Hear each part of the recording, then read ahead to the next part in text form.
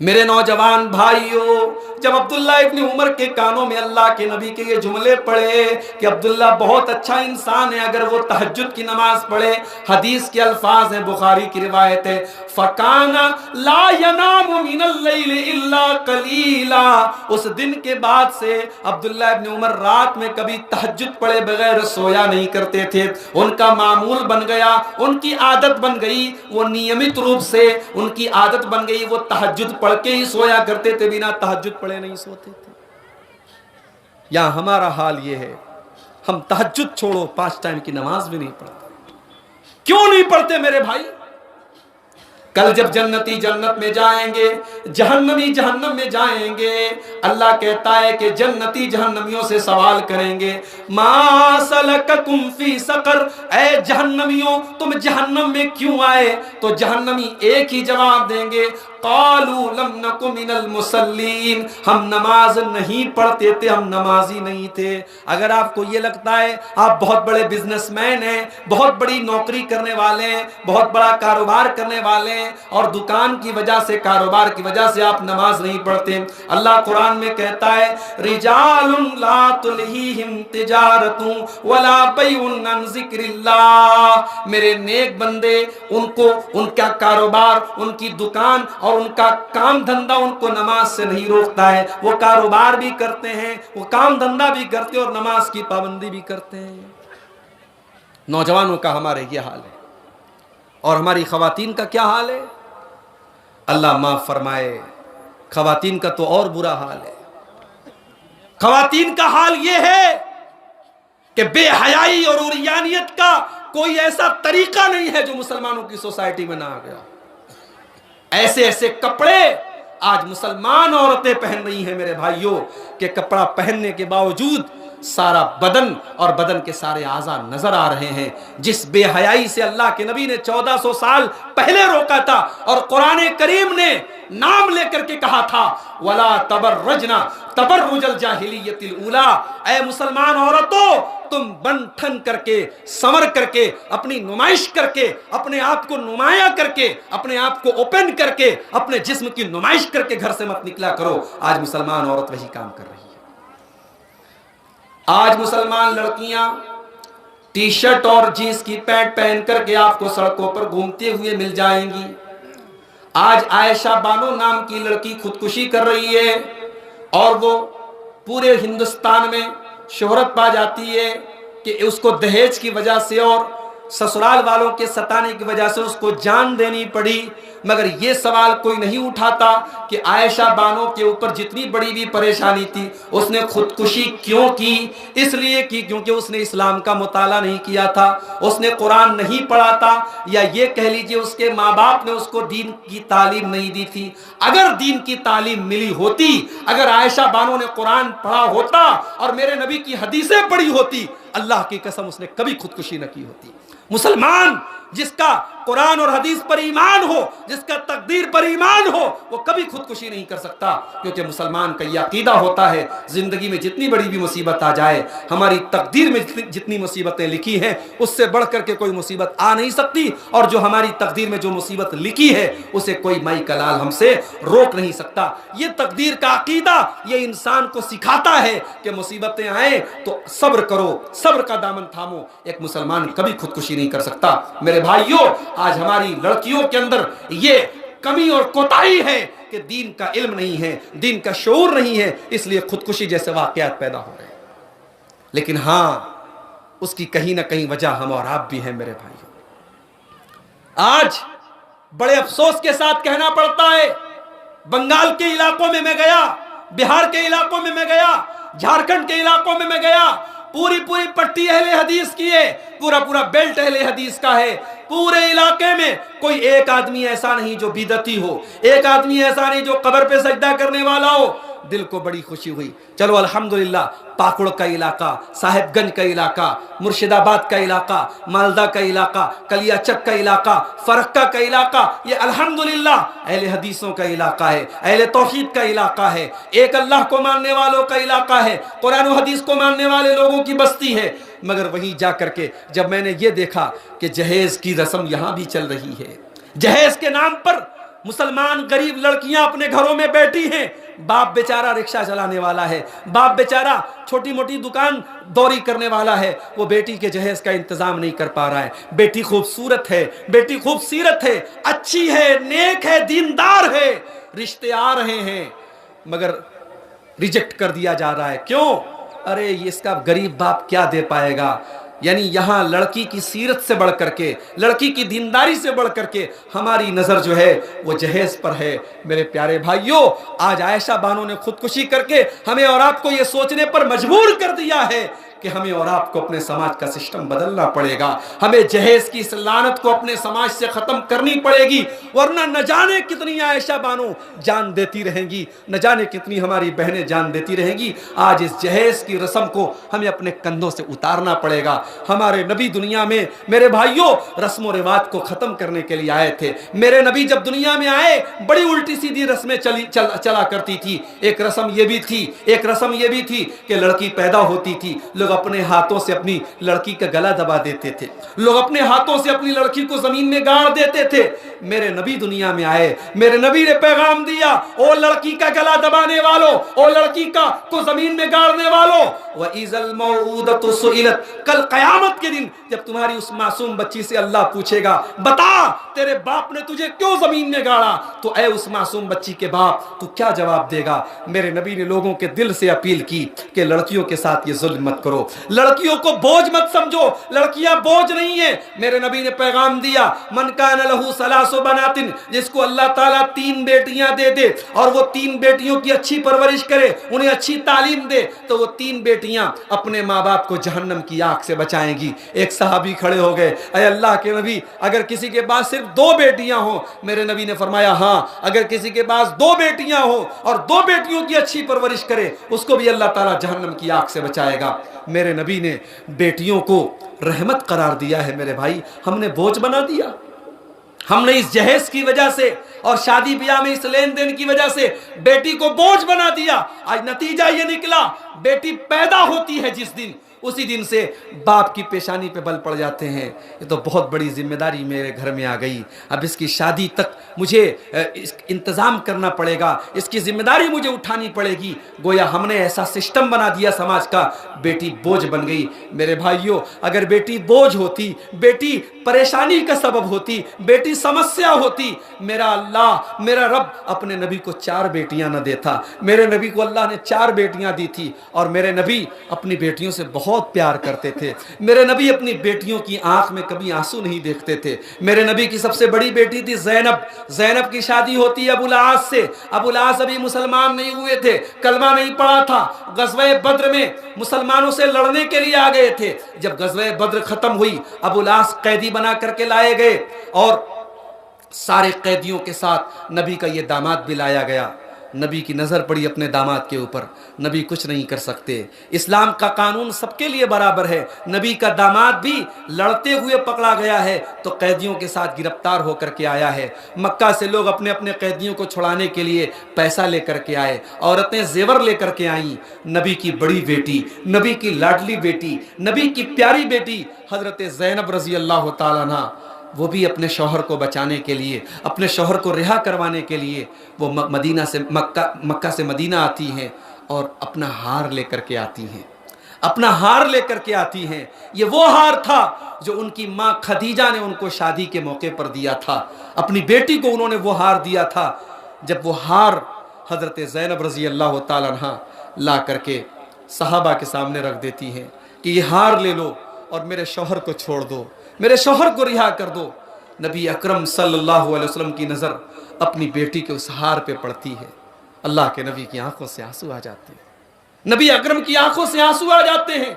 उस हार के साथ नबी की बेटी का रिश्ता भी जुड़ा है और नबी की बीवी हजरत खदीजा का रिश्ता भी जुड़ा है। अल्लाह के नबी उस हार को देखते हैं, आपकी आंखों से आंसू बहने लगते हैं। आप सहाबा से गुजारिश करते हैं, ऐ मेरे सहाबा, ये हार वापस कर दो, ये मेरी बेटी का हार है, ये मेरी खदीजा की यादगार है, ये हार वापस कर दो और मेरे दामाद को अबुल आस को ऐसे ही छोड़ दो। सहाबा ने अपने नबी की आंखों में आंसू देखे, सहाबा ने फौरन अबुल आस को छोड़ दिया।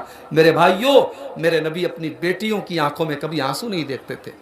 मेरे नबी अपनी बेटियों से बेइंतहा प्यार करते थे। सही बुखारी की रिवायत है, हजरत फातिमा नबी की सबसे छोटी बेटी हैं, सबसे लाडली बेटी हैं। जब हजरत फातिमा नबी से मिलने आती थी, अल्लाह के नबी अपनी बेटी के इस्तकबाल में खड़े हो जाते थे। आज हमारे कितने घरों में कितने बाप हैं जो बेटियों से कायदे से बात नहीं करते, बेटियों से कभी लाड प्यार नहीं करते, बेटियों से कभी ढंग से बात नहीं करते। मेरे भाई ये फर्क क्यों है? अल्लाह को हिसाब देना पड़ेगा। जितनी मोहब्बत तुम लड़कों से करते हो, उस मोहब्बत की हकदार तुम्हारी बेटियां भी हैं। मेरे नबी अपनी बेटी के इस्तकबाल में खड़े हो जाते थे। तुम जितने बड़े भी हो, मेरे नबी से बड़े तो नहीं हो, मेरे नबी से बड़े तो नहीं हो। मेरे नबी अपनी बेटी के इस्तकबाल में खड़े हो जाते थे और अपनी कुर्सी पर अपनी बेटी को बिठाते थे और अपनी बेटी का हाथ पकड़ के चूम लेते थे, अपनी बेटी की पेशानी को चूमते थे। अल्लाह के नबी अपनी बेटियों से बहुत प्यार करते थे। मेरे नबी दुनिया में आए, आपने बेटी को उसका मकाम दिया। मेरे नबी दुनिया में आए, बीवी को उसका मकाम दिया। बीवियों की हैसियत क्या होती थी अरब के अंदर? शौहर मर जाता था, एक एक साल तक औरत कोठरी में बंद रहती थी। एक एक औरत से 10-10 लोग शादी करते थे। मेरे नबी दुनिया में आए, मेरे नबी ने रस्में ख़त्म की, मेरे नबी ने ये रस्मों की बेड़ियां ख़त्म की। मेरे नबी ने कहा नहीं, शौहर मर गया, 4 महीना 10 दिन तक औरत इद्दत गुजारेगी और उस इद्दत में भी वो एक कैद नहीं रहेगी, वो घर के अंदर रहेगी, ज़ेबो ज़ीनत नहीं करेगी, खुशबू नहीं लगाएगी, लेकिन कैद नहीं रहेगी। ज़रूरत पड़ेगी घर से बाहर भी निकल सकती है, बिला ज़रूरत नहीं निकलेगी, मजबूरी में ज़रूरत पर निकल सकती है। मेरे नबी ने कानून बदला, मेरे नबी ने रस्में बदली। मेरे भाइयों, आप अगर अहले हदीस हैं, आप कुरान और हदीस पर चलने वाले हैं, आपको उसी कुरान और हदीस का हवाला देता हूं। अपने दिल पर हाथ रख के बताओ, ये जो तुम शादियों में 5-5 लाख रुपए कैश लेते हो, ये जो तुम शादियों में बाइक लेते हो, ये जो तुम शादियों में दुनिया भर की चीजें लेते हो, क्या ये मेरे नबी की बनाई हुई रस्म है? जी नहीं, ये मेरे नबी की बनाई हुई रस्म नहीं है। ये हिंदुस्तान के हमारे हिंदू भाइयों की रस्म है, क्योंकि हमारे हिंदू भाइयों के यहाँ लड़कियों को वरासत में कोई हक नहीं दिया जाता, तो उनके यहाँ दहेज प्रथा चालू की गई ताकि लड़कियों को जो देना है शादी के मौके पे दे दिया जाए। इसीलिए उसका नाम उन लोगों ने रखा दान दहेज। दान है ये कन्यादान है, लड़की को दे दिया, अब कुछ और नहीं देना है।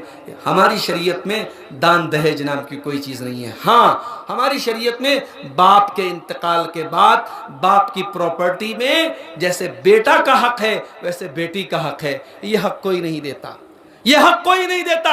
हम बड़े बड़े मसले बयान करते हैं, मौलवी साहब ये खाने से रोजा टूट जाएगा क्या, ये खाने से वजू टूट जाएगा। अरे बहन की वरासत डकार गए, बेटियों की वरासत डकार गए।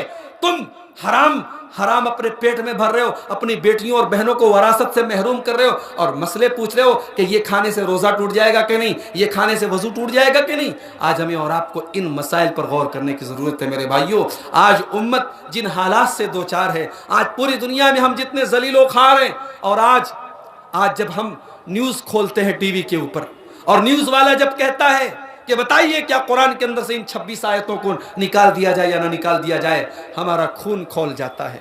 हमारे दिल से यही दुआ निकलती है, अल्लाह तेरे कुरान के साथ दुश्मनी भी शुरू हो गई है। अल्लाह, अल्लाह तू अपनी किताब के साथ दुश्मनी करने वालों को उनके अंजाम तक पहुंचा दे। और हमारा ईमान है, हमारा यकीन है, ये वसीम रिजवी नाम का आदमी जिसने कुरान के साथ दुश्मनी की है, जिसने अल्लाह के साथ दुश्मनी की है, इंशाअल्लाह ये कुत्ते की मौत मरेगा, ये कुत्ते की मौत मरेगा। इसके जनाजे को कब्र नसीब नहीं होगी, इसकी लाश को कब्र नसीब नहीं होगी इंशाअल्लाह। और अब तो रो रहा है। अभी उसका एक नया वीडियो आया है, शायद आपने देखा हो, सोशल मीडिया पे आया है। कह रहा है मेरी बीवी छोड़ के चली गई, मेरे बच्चे छोड़ के चले गए, मेरे भाई मुझे छोड़ के चले गए, लेकिन मैं हक पर हूं, मैं सुसाइड कर लूंगा मगर हक को नहीं छोड़ूंगा। हम अल्लाह से दुआ करते हैं तू सुसाइड कर ले, अल्लाह करे तू सुसाइड कर ले, तू जहन्नम रसीद हो जाए। तेरे जैसे लोग पूरी कौम के लिए कलंक हैं। अच्छा, वो शिया मसलक से ताल्लुक रखता है, लेकिन आपको बता दूं कि शिया मसलक के भी बड़े उलमा ने फतवा दे दिया है कि वो काफिर है, मुनाफिक है। और लखनऊ में जहां का वो रहने वाला है, वहां उसने अपनी जिंदगी में अपनी एक कब्र बनवाई थी, उसकी कब्र को भी लोगों ने तोड़ दिया है और तय किया है कि उसको अपने कब्रिस्तान में हम दफन होने नहीं देंगे। मेरे भाइयों, बड़ी पुरानी तारीख रही है। अल्लाह के घर के साथ दुश्मनी करने के लिए एक यमन से लश्कर चला था। अब्रहा नाम का एक बादशाह था जिसने यमन में बहुत बड़ी बिल्डिंग बनवाई थी और कहा था लोगों से कि खाने काबा का हज मत करो, मेरे इस घर का तवाफ करो। लोगों ने सबक सिखाया और अबरहा के बनाए हुए उस नकली काबा के अंदर जाके पाखाना कर दिया, लैट्रीन कर दिया, टट्टी कर दिया। अबरहा को बड़ा गुस्सा चढ़ा, अबरहा को बड़ा ताव आया। उसने कहा मैं मक्का के उस काबा को गिरा दूंगा।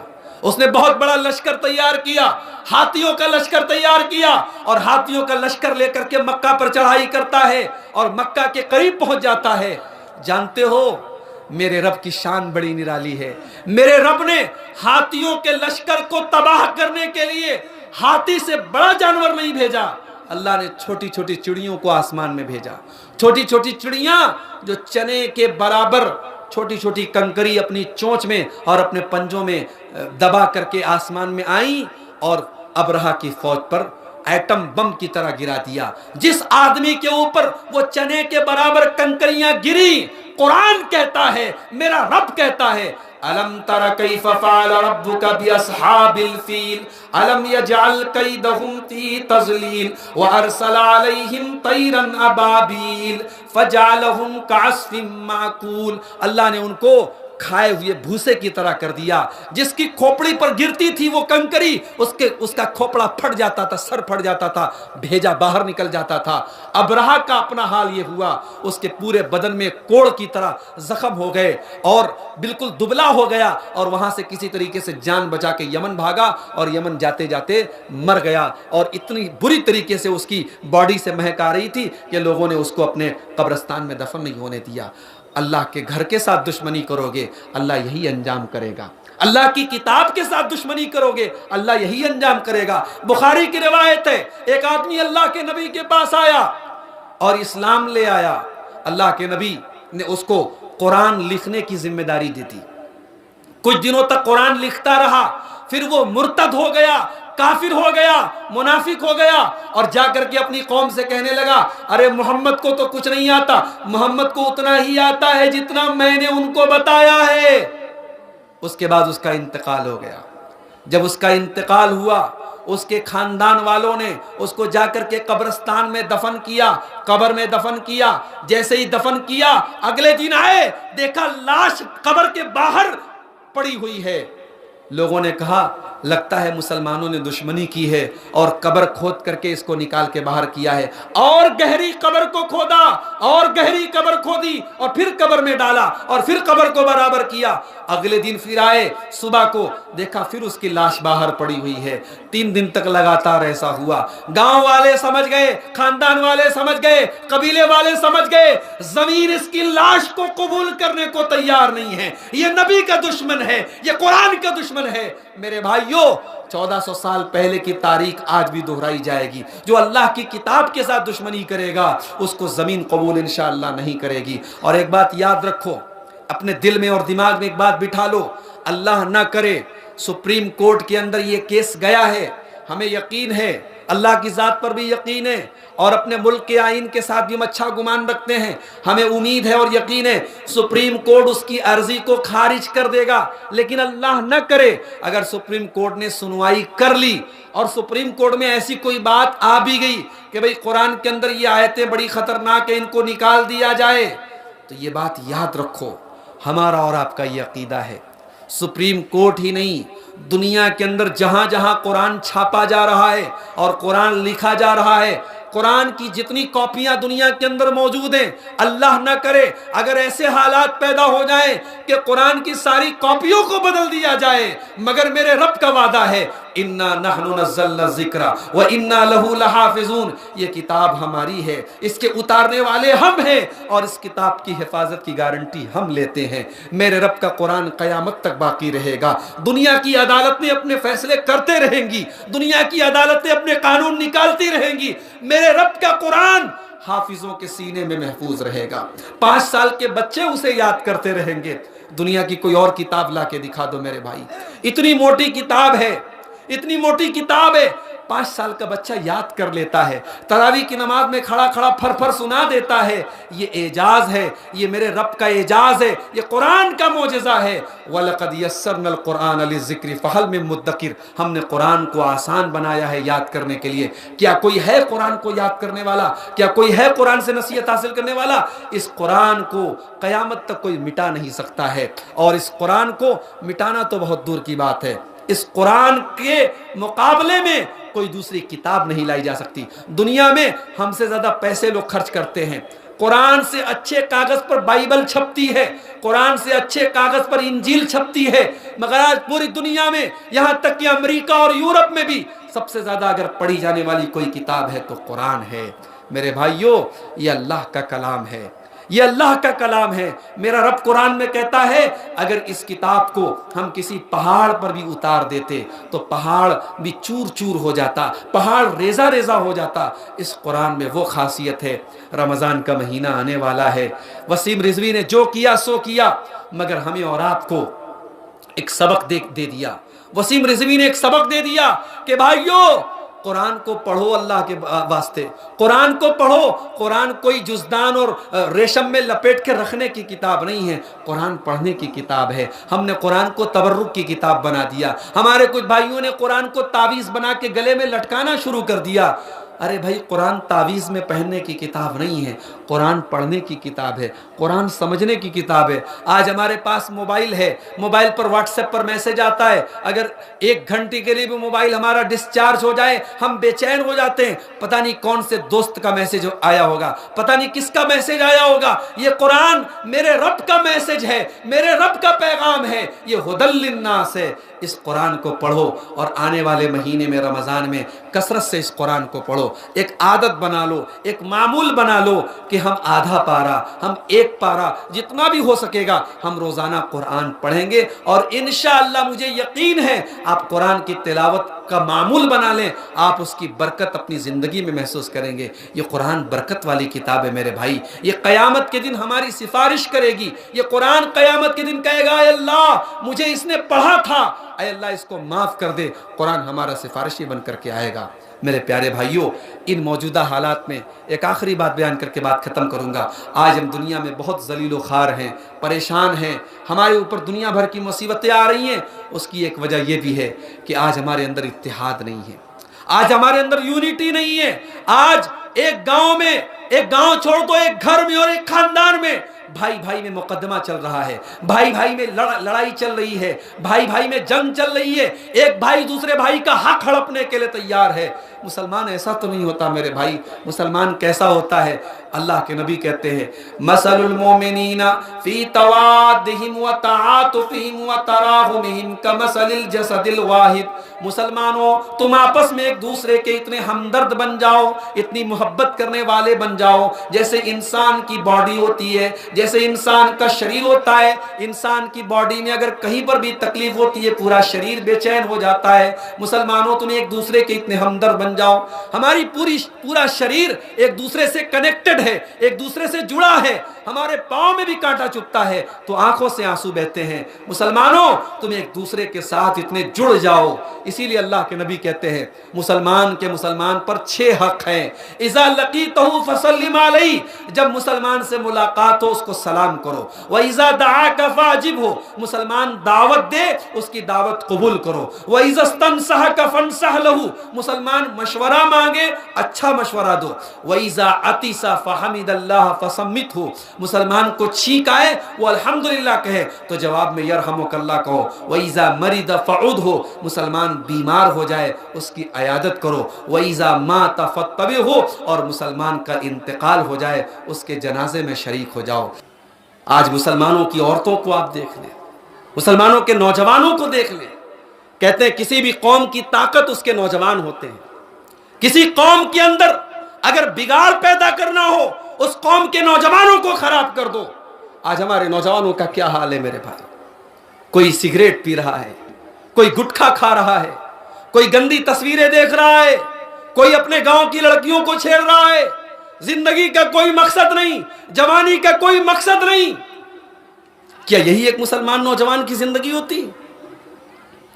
क्या इस जवानी का हिसाब अल्लाह क्या नहीं देना है? अल्लाह के प्यारे नबी फरमाते हैं, ला तज़ूलु क़दमा इब्न आदम मिन इंद रब्बिही यौमल क़ियामा, क़यामत के दिन इंसान अपनी जगह से हिल भी नहीं पाएगा, इंसान अपनी जगह से टस से मस नहीं हो पाएगा जब तक वो 5 सवालों का जवाब न दे दे। 5 सवालों का जवाब दिए बगैर कोई अपनी जगह से हिल भी नहीं पाएगा। उसमें पहला सवाल किया जाएगा अन उम्रिही फीमा अफना। मेरे बंदे मैंने तुझको उम्र दी थी 60 साल की, 70 साल की, 50 साल की, तूने अपनी उम्र को कहां गुजारा, तूने अपनी जिंदगी को कहां गुजारा। अभी मैं कलकत्ता पहुंचा, बनारस से फोन आया, मेरे बड़े ससुर का इंतकाल हो गया। 60-65 साल के करीब उम्र थी। 5-6 महीना पहले अच्छे खासे चलते फिरते सारा काम कर रहे थे, अचानक बीमार हुए। डॉक्टर को दिखाया, डॉक्टर ने कहा कैंसर है। मरीज जब ये सुन लेता है मुझे कैंसर है, आधा तो मरीज ऐसे ही मर जाता है। बिस्तर पड़े हुए थे, 4 महीने से कोई खाने पीने की चीज हलक से नहीं उतर रही थी। पूरा घर बाल बच्चे बेचारे परेशान थे, दवा इलाज भी हो रहा था, कोई इफाका नहीं हो रहा था। आज मैं कलकत्ता पहुंचा, इंतकाल की खबर आई। क्या लेके गया मेरे भाई इंसान, क्या लेके गया? इस जिंदगी की क्या गारंटी है? और यह भी मत समझो कि 60 साल के होने के बाद मौत आएगी। कोरोना के दौर में बता दिया मौत उम्र देख के नहीं आती, मौत का फरिश्ता उम्र देख के नहीं आता। इस कोरोना के दौर में 20-20 साल के नौजवान भी अल्लाह को प्यारे हुए हैं, 15-15 साल के नौजवान भी अल्लाह को प्यारे हुए हैं, 5-5 साल के बच्चों का भी इंतकाल हुआ है। मेरे भाई, जिंदगी कहां गुजार रहे हैं हम, जिंदगी कहां गुजार रहे हैं, इसका हिसाब देना पड़ेगा मेरे भाई। अल्लाह के यहां पहला सवाल, अल्लाह के पर्चे में पहला सवाल यही होगा अन उम्रिही फीमा अफना। मेरे बंदे, हमने तुझे 60 साल की, 40 साल की, 50 साल की जिंदगी दी, तूने जिंदगी को कहां गुजारा? दुनिया में बच्चा एग्जाम देने जाता है, 2 घंटे का टाइम है, बच्चा एग्जाम लिख रहा है, बड़ी मेहनत से लिख रहा है, घंटी बज गई तो बच्चा अपने टीचर से कहता है सर थोड़ा सा 5 मिनट का टाइम दे दो। टीचर अगर थोड़ा मेहरबान है, हमदर्द है, तो कहता चलो अच्छा 5 मिनट का टाइम तुमको देता हूं, तुम बहुत मेहनत से लिख रहे हो। मगर अल्लाह तबारक व तआला अपने इम्तिहान में हमें कोई ढील नहीं देगा मेरे भाई। मौत का फरिश्ता आ गया तो हम लाख ये तमन्ना करें कि ऐ अल्लाह अभी बहुत सारा काम करना बाकी है, अभी लड़की की शादी नहीं की, अभी मकान नहीं बनाया, अभी ये नहीं किया, अभी वो नहीं किया। ऐ अल्लाह एक साल जिंदगी का और दे दे, 1 महीना और दे दे, 1 हफ्ता और दे दे। अल्लाह नहीं देगा मेरे भाई। हत्ता इज़ा जाअ अहदहुमुल मौत क़ाल रब्बिरजिऊन। जब मौत का फरिश्ता तुम्हारे पास आता है, इंसान ये कहता है कि अल्लाह मुझे एक बार दोबारा दुनिया में आने का मौका दे दे। किस लिए दुनिया में आने का मौका दे दे? मकान बनाने के लिए नहीं, लड़की की शादी करने के लिए नहीं, दुनिया का कोई कारोबार करने के लिए नहीं, लअल्ली आमलु सालिहन फीमा तरक्तु। ऐ अल्लाह तू एक मौका और दे दे, मैं वादा करता हूँ अल्लाह मैं तुझको राजी करूंगा, मैं नेक अमल करूंगा। ऐ अल्लाह जितने गुनाह अब तक किए थे सबसे तौबा कर लूंगा, ऐ अल्लाह माफी मांग लूंगा, ऐ अल्लाह एक मौका दे दे। अल्लाह फरमाता है कल्ला इन्नहा कलिमतुन हुवा काइलुहा। मेरे बंदे अब तुझे मौका मिलने वाला नहीं है, अब तुझे कोई चांस मिलने वाला नहीं है। व मिन वराइहिम बरज़खुन इला यौम युबासून। अब कयामत तक तुझे बरज़ख में रहना है, अब कयामत तक तुझे कब्र में रहना है, अब दुनिया में तुझे आने का कोई चांस नहीं मिलेगा। दुनिया में हम कितनी मेहनत करते हैं अपने मकान के लिए मेरे भाई। इंसान अपने मकान को बनाने में अपनी जिंदगी गुजार देता है, लेकिन लेके क्या जाता है? दुनिया से जाता है सारा मकान, सारी प्रॉपर्टी, सारी दौलत दूसरों की छोड़ के जाता है। इसी अक्टूबर के महीने में 2020 में मेरी वालिदा का इंतकाल हुआ 9 अक्टूबर को। अभी 3 भाइयों की शादी करनी थी, बड़े ख्वाब थे मेरी वालिदा के। शुगर पेशेंट थी, अचानक बीमार हुई, हॉस्पिटल लेके गए, हॉस्पिटल जाने के पहले ही रास्ते में इंतकाल हो गया। सारी चीजें, सारे ख्वाब, सारे अरमान सब ठाठ पड़ा रह जाएगा जब लाद चलेगा बंजारा। मेरे भाई इंसान के साथ कुछ नहीं जाता, सब दुनिया में रहता है। अल्लाह के नबी फरमाते हैं कयामत के दिन पहला सवाल किया जाएगा मेरे बंदे तूने अपनी जिंदगी को कहां गुजारा? दूसरा सवाल, वान शबाबिही फीमा अबला, ऐ मेरे बंदे, तो जब तू 20 साल का था, ऐ मेरी बंदी जब तू 16 साल की थी, जब तेरे अंदर खूबसूरती थी, जब तेरे अंदर ताकत थी, जब तू अल्लाह को राजी कर सकता था, जब तू अल्लाह को राजी कर सकती थी, ऐ मेरे बंदे, ऐ मेरी बंदी, तूने अपनी जवानी को कहां गुजारा? मेरे नौजवान साथियों, जरा अपने दिल पर हाथ रख के बताओ, तुम अल्लाह को क्या जवाब दोगे? तुमने अपनी जवानी को कहां गुजारा? कोई आज लड़कियों से बातें करने में गुजार रहा है, कोई जिना करने में गुजार रहा है, कोई शराब के अड्डों पर गुजार रहा है, कोई हराम काम करने में गुजार रहा है, कोई जुआ खेलने में गुजार रहा है, कोई मोबाइल पर पबजी गेम खेलने में गुजार रहा है। मुझे बताओ कि अल्लाह को तुम अपनी जवानी का क्या हिसाब दोगे? आज नौजवान कहां जा रहा है मेरे भाई?